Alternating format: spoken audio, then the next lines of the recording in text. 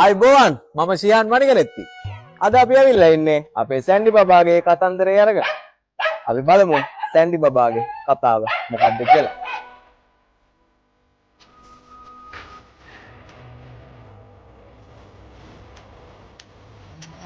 Sandy බබීව අපට හම්බෙන්නේ 20යි 26 මැයි මාසේ කෙරුවල ප්‍රදේශයේ ඉඳලා එයාගේ උපතින්ම මේ අත් පිහිටලා නැහැ. ජාන විකෘතියක් ඉඳ තමයි මේ විදිහට ඉන්නේ. හැබැයි මෙයා හරිම ක්‍රියාශීලී බව්වෙක්.